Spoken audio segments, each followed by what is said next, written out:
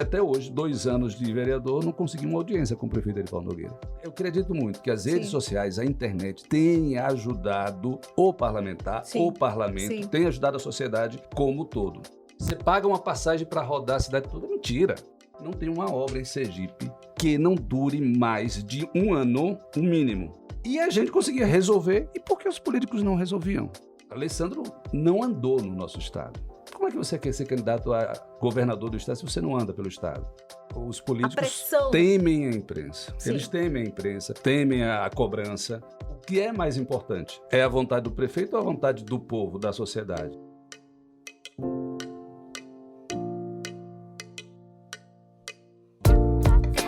Olá, sejam todos muito bem-vindos, sejam todas muito bem-vindas. Está no ar o Casa de Sopapo, o seu podcast de política e sobre política. E neste episódio, vamos receber aqui um colega jornalista que tornou-se político na essência, de verdade, elegendo-se vereador pela capital e, claro, ganhando gosto. Participou, inclusive, da última eleição como candidato a deputado estadual. Ele é o Ricardo Marques. Não esqueçam que eu sou Kátia Santana, né? E nós vamos conversar com o Ricardo Marques, como eu disse, é jornalista por formação, vereador por Aracaju, pelo Cidadania. Ricardo é graduado em jornalismo pela Universidade Federal de Alagoas. Você é alagoano? Não, só você foi trabalhar lá em Alagoas, aí transferi da Federal daqui para a Federal de lá. Ah, muito bem. Atua por mais de 19 anos no jornalismo da TV Sergipe, tem passagem como apresentador da TV Atalaia e é coach formado pela Febracis, né, como coach integral sistêmico. Ricardo, muito obrigada por participar aqui do Casa de Sopapo. Vamos falar um pouquinho de política. Seja bem-vindo. Obrigado. Casa de Sopapo, nome diferente, bom, né? Bom, né? Sopapo. Sopapo. Tapa na cara. Mas sem tapa na cara. Vamos falar um pouco. Ricardo, eu queria falar um pouquinho dessa sua trajetória na comunicação, no jornalismo, né? Especialmente. Como um apresentador muito bem conceituado, um jornalista muito querido, muito conceituado, e essa decisão de migrar para a política, em que momento virou a chave? Aliás, só para contextualizar, antes de você responder, nós falávamos aqui nos bastidores antes, o Ricardo também, como a maioria dos brasileiros, fala assim, política? Nossa, aquele ranço que todo mundo tem de política e de político, né? Como é que mudou a chave? Então, eu tinha muita raiva de político. Eu, sinceramente, eu até acompanhando você, sempre acompanhando os bastidores da política, eu dizia, como é que ela aguenta? Porque eu, como jornalista, eu acompanhava tudo, né? E mais em alguns momentos, a política aparecia na televisão lá, eleição de alguma coisa, da mesa diretora, aprovação de algum projeto, e era aquela coisa terrível. Mas a chave veio virar mesmo quando o jornalismo começou a ser mais comunitário. Tá na rua, sabe, levando as demandas da população, fazendo aquela ponte, e eu vi que a gente estava fazendo o papel que era do parlamentar, seja municipal ou estadual. Praticamente as demandas são as mesmas. Sim. E a gente conseguia resolver, e por que os políticos não resolviam? Que estavam lá. E as pessoas começavam a falar, Ricardo, se candidate, você está resolvendo as coisas lá na televisão. Eu disse, pois é, mas eu não queria isso, porque eu tinha um nojo de política realmente, porque eu achava que você entrava na política, se contaminava e acabou-se. Até que eu resolvi entrar para buscar fazer diferente, fazer o que eu já fazia na televisão, as mesmas cobranças na política e procurar não me contaminar. É isso, por isso que eu entrei, estou lá já agora há 2 anos que estou político, tenho gostado, certo, dessa minha experiência. Ainda não consegui fazer o que eu imagino que deve ser feito, que eu sonho, dando visibilidade. Tenho uma chance melhor por causa da internet. Eu vejo que antigamente os políticos sofriam mais, porque falar só na tribuna não leva para lugar nenhum, seja na tribuna estadual, municipal. Não dá audiência, a sociedade não vê. Já com a internet você tem esse suporte, tem esse instrumento que ajuda. Às vezes ajuda até mais do que falar lá na tribuna, entendeu? E acaba chegando da mesma forma na mesa ou no colo do prefeito, do governador. Isso tem ajudado bastante. Eu quero sentir que a população tenha percebido isso. Então, eu tenho gostado e foi nessa chave, nessa virada de jornalismo comunitário que eu resolvi entrar na política para dar continuidade. Já estava no jornalismo, né, há mais de 25 anos, só na TV Sergipe foram 20, mais uns 3, 4 anos na TV Atalaia e fora assessorias que eu fiz, rádio, trabalhei em Alagoas, né? Muita gente pergunta, você é alagoano? Não, eu sou sergipano. Comecei a faculdade aqui na Universidade Federal de Sergipe, mas fui trabalhar numa rádio em Alagoas, em Maceió. Aí tive a sorte de conseguir a transferência e me formei na UFAL em Alagoas. Muito bem. Deixa eu te perguntar uma coisa. Quando você fala do jornalismo comunitário, que é realmente muito importante, né? E ele traz os problemas das comunidades para o público, a força da... E você perguntou assim, por que os deputados, os políticos não resolvem o problema e eu, enquanto jornalista, e a TV, enquanto veículo, resolve? A força da imprensa está aí bem clara nesse processo. Claro, porque os políticos pressão. temem a imprensa. Sim. Eles temem a imprensa, temem a cobrança. Por exemplo, nesse jornalismo comunitário, nós tínhamos um quadro que foi criado na nossa época, acho que não sei se tem mais hoje, que era o calendário. O que é o calendário? O calendário era simplesmente ter uma obra, já tem a placa na obra. Aqui em Sergipe, eu não sei o que ranço é esse, que coisa é essa, que não tem ninguém que cumpre o que está na placa. Os prazos, valores e tudo. Né? Aí o calendário no jornalismo comunitário que a gente implantou na época era, sim, qual o prazo que vai dar? Aí na televisão a gente colocava no calendário a data que o gestor, o secretário dizia que ia terminar. Então isso começou a causar um problema. Eu estou fazendo isso lá na Câmara. Por exemplo, agora tem o terminal do dia, tem 2 anos, a gente começou uma contagem regressiva lá, está terminando o ano e já tem mais de 2 anos. Isso acaba, de certa forma, incomodando. Incomoda. Porque eu não sei que cargas d'água é essa que a gente não consegue concluir uma obra dentro do prazo. Nós temos mais de 200 obras não concluídas em Sergipe. Eu digo, meu Deus, por quê? Eu até hoje não consegui descobrir. Dinheiro jogado fora. Dinheiro, porque o dinheiro vem. Porque antigamente era, não, o dinheiro não veio, não tem dinheiro. Mas agora não. O dinheiro vem. Ah, não, é relacionamento com a construtora. Mas alguma coisa deve ser feita. Não é possível. Não tem uma obra em Sergipe que não dure mais de 1 ano, o mínimo, fora do prazo de ser concluída. Sim. Não tem uma. Eu fico sem entender. Agora, nenhuma obra aqui em Sergipe entrega dentro do prazo. Sim, vimos aí o Centro de Convenções, vimos aí o Teatro Tobias Barreto. Teatro Tobias Barreto, Centro de Convenções, Colégio Ateneu, vai. Inúmeros. E mais 200 aí paradas. Saindo da TV, com essas demandas resolvidas, vem para o parlamento com as mesmas demandas.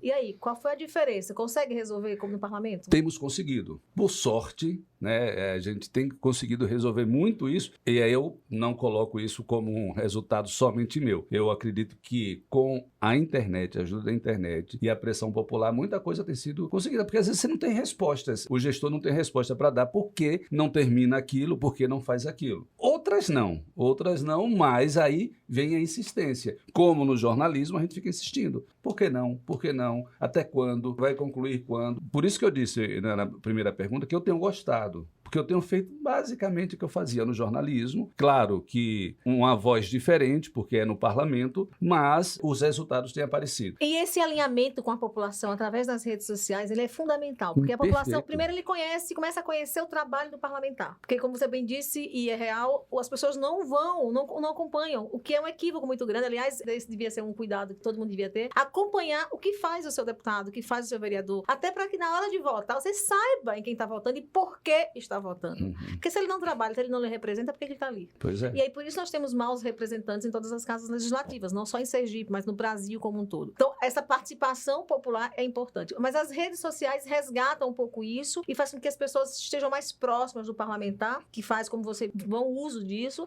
e traz as demandas para aqui, para que a população acompanhe e também ajude nessa cobrança. Sem dúvida nenhuma. E eu tenho insistido isso com os meus colegas, porque eu tenho uma certa facilidade, porque eu sou da área de comunicação, mas eu tenho insistido com os outros colegas meus. Vai lá, grava com a comunidade, grava na rua, mostra, porque, ou inclusive mostra nas redes sociais o próprio discurso na tribuna. Porque às vezes tem a TV Câmara, tem a TV Alese, mas a audiência ainda é baixa. A gente precisa melhorar isso. Eu acredito muito que as redes sociais, a internet, têm ajudado o parlamentar, o parlamento, tem ajudado a sociedade como um todo. E tem dado um trabalho muito grande para os gestores. Claro que a gente conhece políticos na essência, muitos fazem aquele ouvir de mercador. Mas quando a água mole, né, em pedra dura, tanto bate até que fura, a gente consegue. Os secretários, em geral, viam a Câmara Municipal de Aracaju como um organismo, uma instituição sem muito sentido. Como já disse alguém lá na Câmara, um puxadinho da Prefeitura pois de Aracaju. Um puxadinho. E não é mais esse puxadinho. Finalmente, a gente tem começado a deixar de ser. porque antes realmente era uma loucura, porque a Câmara nada mais é do que um poder para auxiliar o Executivo, apesar de ser um poder igual ao Executivo, mas está ali para auxiliar. Fiscalizador, independente, independente, mas né? cumprindo seu papel, fiscalizador, de legislar. Legislar. E é isso que tem que ser feito. Infelizmente, quando eu cheguei lá, eu me deparei com uma falta desse poder fiscalizador, desse poder de representar o povo. Tem gente lá, não fugindo da ética, mas lá o pessoal se contenta com, eu consegui pintar o meu paralelepípedo. Tem coisas tão importantes para a gente brigar, porque isso eu satisfaço minha comunidade, satisfaço e fico bem com a prefeitura. Não, o parlamento não é para isso, não. A gente tem passado por problemas muito cruciais aqui, de desemprego, de falta de vagas em escolas, de problemas na saúde. Eu recebi um requerimento das poucas secretarias que nos respondem, os requerimentos e ofícios, a da saúde é uma delas. A gente tem 22 mil pessoas numa fila para fazer ultrassonografia. 22 mil? 22 mil. Nossa. É muita gente. Então, parece que está tudo certo em Aracaju. 22 mil é uma fila com um número assim assustador. Você trouxe um dado interessante, um elemento interessante dessa discussão.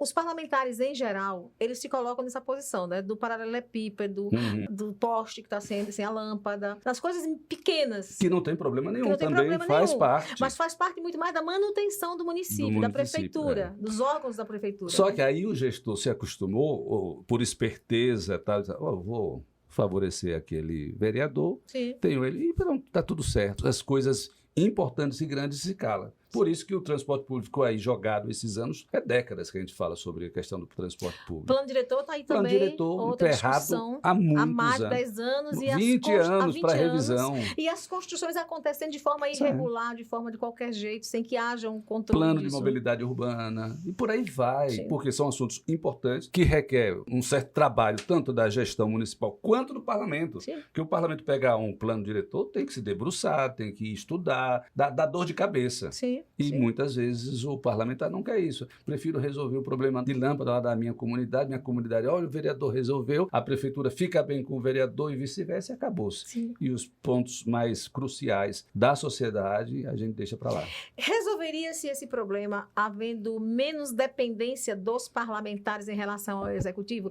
Dependência política, eu estou falando. Isso. Resolveria-se? Com certeza. É a questão do puxadinho, né? De você ficar dependente. Dos carguinhos, dos favorecimentos. Pronto, você falou carguinhos. Porque é até um absurdo isso que eu vou dizer. Mas Se fosse um cargão, fazer um carguinho é muito pouco para você baixar a cabeça. Eu já disse isso para os meus colegas. Disse, gente, pelo amor de Deus, tudo bem, você não precisa ser oposição, mas você se calar às vezes por carguinhos. Ricardo, mas eu ajudo aquela pessoa na minha comunidade, mas eu acho que é muito pouco. Eu, como vereador de oposição, consigo sobreviver sem carguinhos. E não é porque eu quero cargão. Mas, assim, para quem está na base, merecia um pouco mais de respeito. Eu digo a eles, vocês merecem mais respeito para poder defender causas que, às vezes, é contra a sociedade, contra o dia a dia do povo. Por carguinho, por isso, não vale a pena se gastar energia por muito pouco. Eu acredito que essa mudança tenha ocorrido lá na Câmara por causa das nossas atuações, de outros vereadores.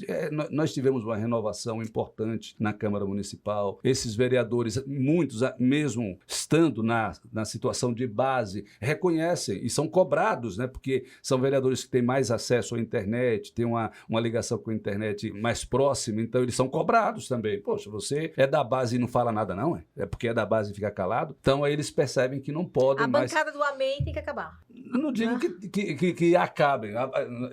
Quando eu digo acabar, você diz assim, ok. A base tem que existir, mas não pode ficar dizendo dar ok para tudo. Sim. Entendeu? É tanto que, finalmente, depois de muitos anos, eu acompanho a política e a Câmara Municipal, você também, este ano foi o ano que mais derrubamos vetos do prefeito, rejeitamos projetos do prefeito por causa de perceber que ou você fica do lado da sociedade, do povo, e o povo vai cobrar, ou você fica dando um amém. Temos aí o piso do magistério, piso dos agentes de endemia de saúde, vetos e emendas que foram colocadas recentemente. O que é mais importante? É a vontade do prefeito ou a vontade do povo, da sociedade? Então, hoje em dia, isso está um pouquinho mais claro, eu sinto isso. E está mais também dialogado, né? Porque antes era um trator que vinha e destruía você. Historicamente, isso historicamente. acontecia. E hoje não. Hoje, pelo menos, há um certo diálogo lá dentro do parlamento. Até para valorizar o próprio parlamento. Porque estava desvalorizado, Cátia. O parlamento municipal estava desvalorizado completamente. Os secretários municipais, eles sentiam, diziam assim, olha, eu recebo o vereador se eu quiser. O vereador é eleito tal qual o prefeito, em voto, né, em uma eleição. Secretários não. Sim. Eles se veem em uma posição muito maior do que os vereadores. Por quê? Porque foi dessa forma que o parlamento se via. Aliás, essa é uma reclamação não só nas câmaras municipais, mas no Estado também. Em relação ao Estado, os deputados reclamam muito a falta de receptividade por parte de secretários. Por quê? Mas isso daí... Não secretários, diretores de órgãos, às vezes. Às vezes, né? No segundo, terceiro escalão. Mas isso é porque o parlamento se obrigou a isso. Aquele negócio de, nós somos da base. Ser da base não significa que você tem que se anular, não. Sim. Ricardo, agora, o prejuízo disso em termos de relação com o executivo e com os próprios colegas? Não, olhe bem. Inicialmente, a gente achou que ia ter tem tido prejuízo para o executivo, porque ele deixa de ser... Tá, em relação à sua imagem, em relação a... Putz, lá vem Ricardo com esse negócio aqui, né? Dá um gelo nele. Como é que é isso? Não, porque... É isso que eu volto a dizer a você. Antigamente isso era fácil fazer, Cátia, porque era dentro apenas do círculo do parlamento. Por isso que eu bato na tecla. Hoje, com a internet, tudo mudou. Sabe o que eu dizia quando eu cheguei lá para os meus assessores? Eu dizia, não tenham preocupação com projetos meus, no início da legislatura, não eram nem pautados. E quando eram pautados, eram derrubados na comissão, entendeu? Hoje em dia isso não acontece mais, porque eles viram que as pessoas cobravam, sim, porque derrubaram aquele projeto do vereador, só porque ele é da oposição, mas isso é muito bom. Como é que não um requerimento nada mais é do que pedido de informação. Como é que você derruba um pedido de informação?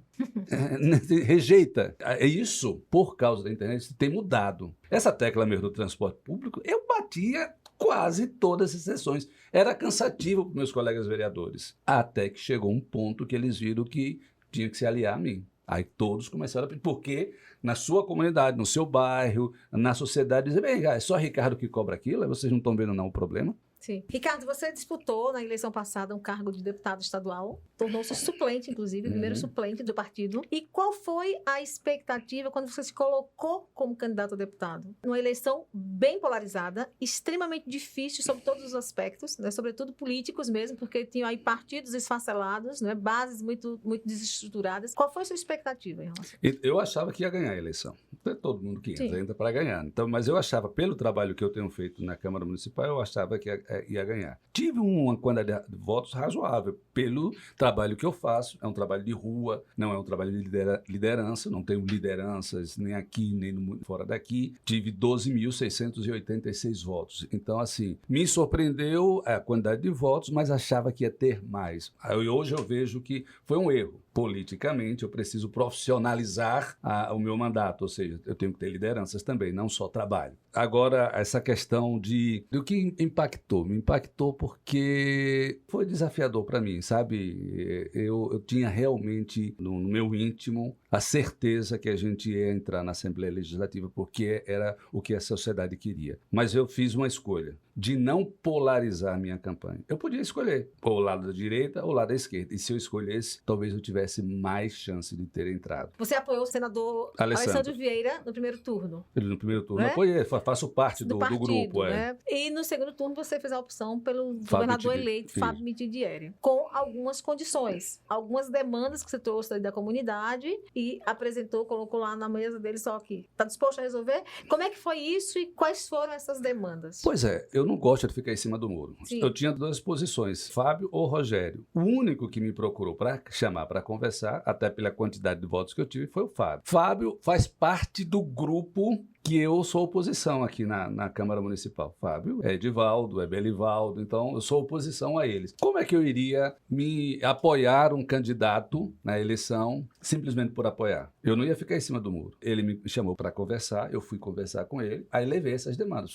Fiz uma carta realmente com 10 Foi 10 ou foram 11 tópicos? 11 demandas 11 e com, inclusive, a participação no processo de licitação do transporte público. Exatamente. Como é que era isso? Da Grande Aracaju, Da Grande Aracaju. E o intermunicipal. Como é que foi isso? Então, aí ele conversou, ele estava na época, num dia também o André Moura estava presente, eles viram as possibilidades de todas essas demandas. Essa questão do transporte público, assim, chamou a atenção dele, porque eles acham algo muito difícil fazer a licitação, mas todo o estado, toda a cidade, aqui no Nordeste praticamente todos já fizeram, falta Aracaju e Natal fazer. Mas, por exemplo, Bahia, Alagoas, já fizeram tanto a municipal da capital quanto a intermunicipal dos municípios. Só Sergipe e Aracaju que ainda não. Por que você acha que não faz?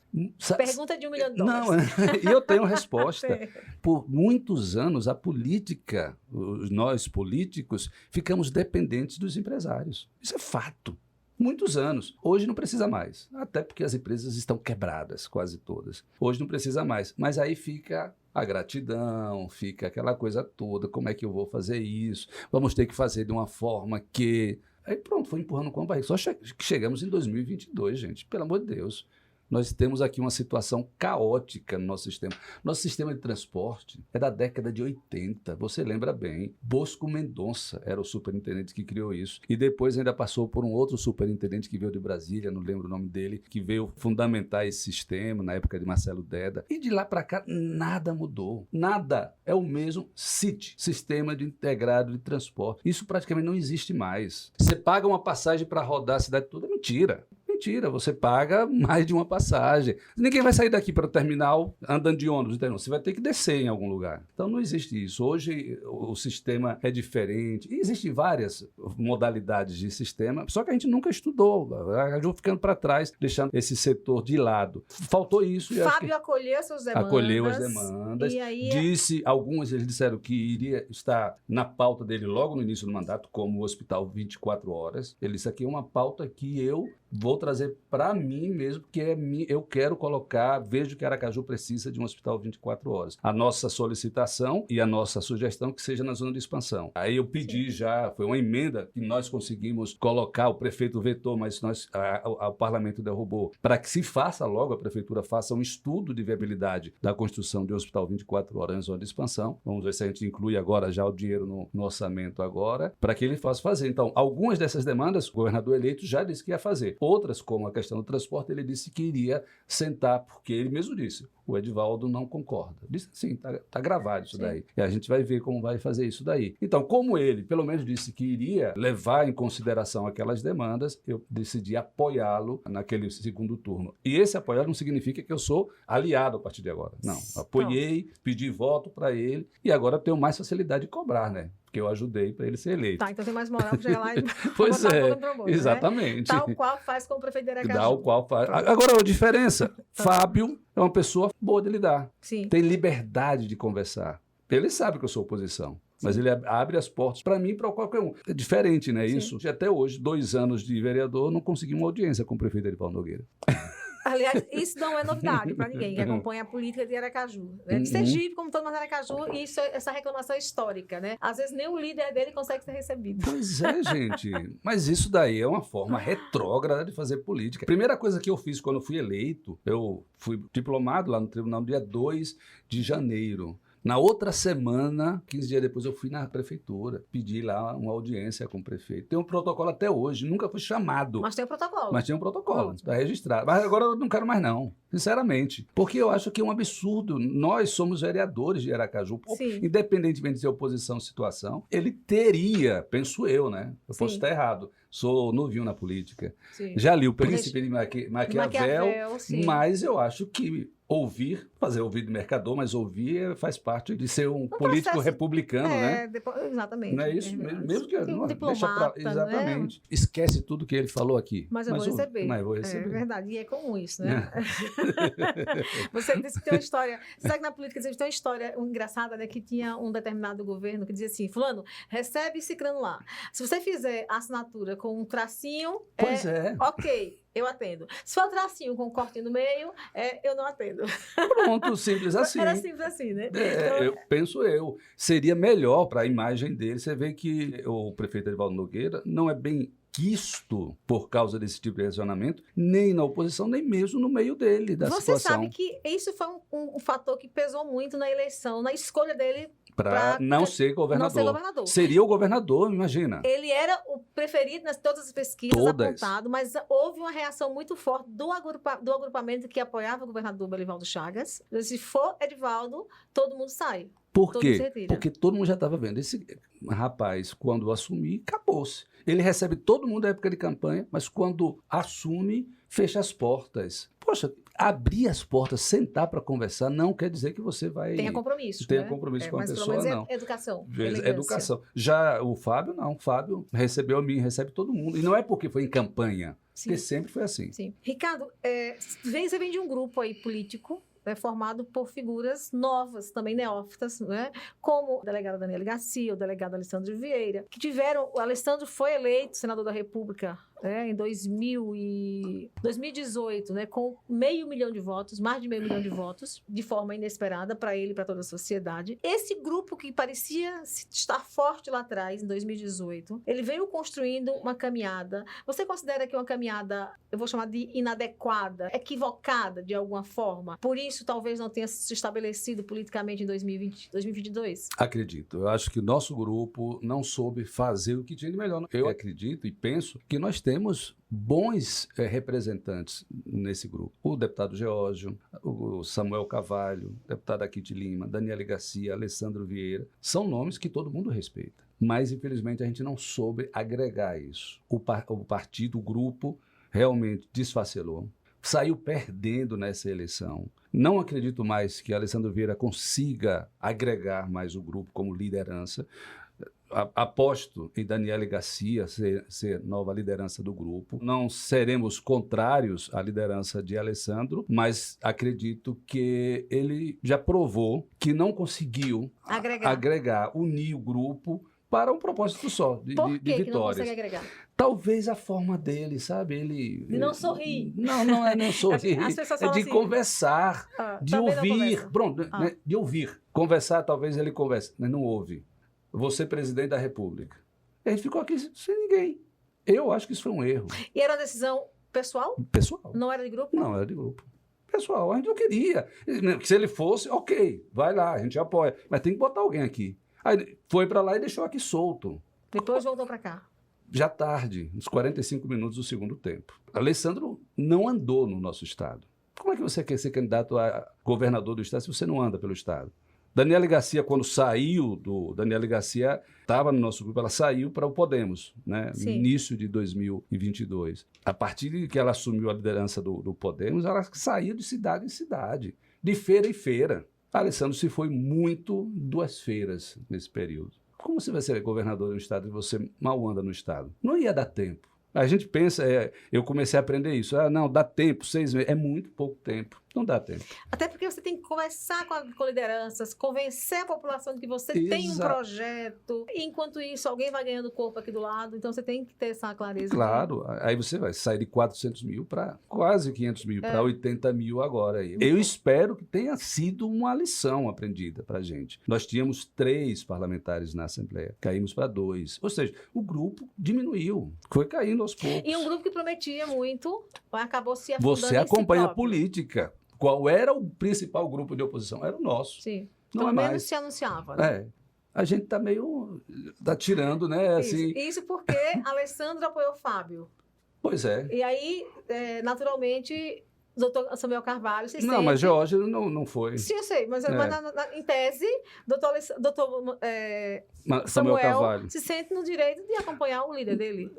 Samuel conversou diretamente com o Fábio. Com o Fábio também. Podemos considerar que Daniele aprendeu muito da eleição passada de 2018 para esta de 2022? Foram 2.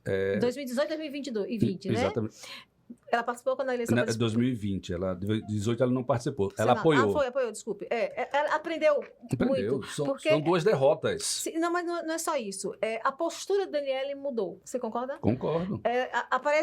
Na primeira eleição, ela parecia que era a polícia o tempo inteiro. Ela fez um marketing muito agressivo. Isso foi questão de marketing. Gerou muita ojeriza, né? Muita rejeição. Conheço vários que dizem, não voto. Ela parece que vai matar o povo, que é polícia. E ela mudou esse comportamento nessa eleição passada. essa pacificação do espírito ajudou ela a ter essa performance melhor no processo? Ajudou essa pacificação, essa mudança, né, de postura, porque mostrou uma nova Daniele, mais paz e amor. Sim. Isso é importante na eleição. Mas também eu acredito que ela aprendeu que não dá mais, porque tanto na eleição de 2020 quanto agora, ela dependia muito das demandas do senador De Alessandro, Alessandro, sim. do direcionamento que ele fazia. Sim. Acredito que a partir de agora ela aprendeu essa lição e não irá mais e ficar na expectativa, na esperança, no esperar dele Sim, do que vai sim. que decisão tomar. Quando ela decidiu tomar apoiar Fábio Mitidieri para governador e não só apoiar, entrar em campo, ela já disse, agora é comigo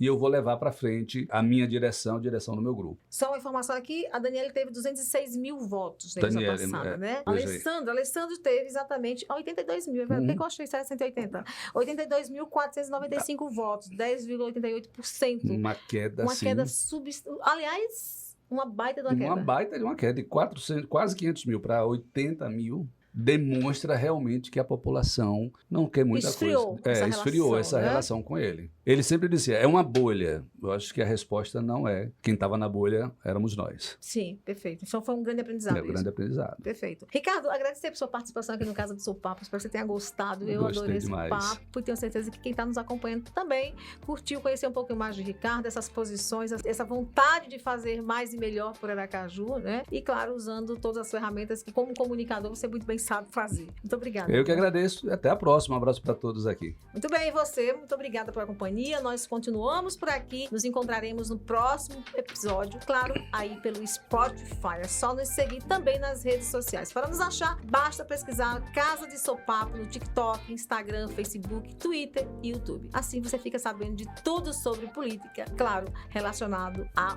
que a gente discute aqui com os políticos, não só políticos mandatários, mas também políticos de forma geral. Não esqueçam que eu sou Kátia Santana e te aguardo para mais um papo na próxima quinta-feira. Tchau, tchau e até lá.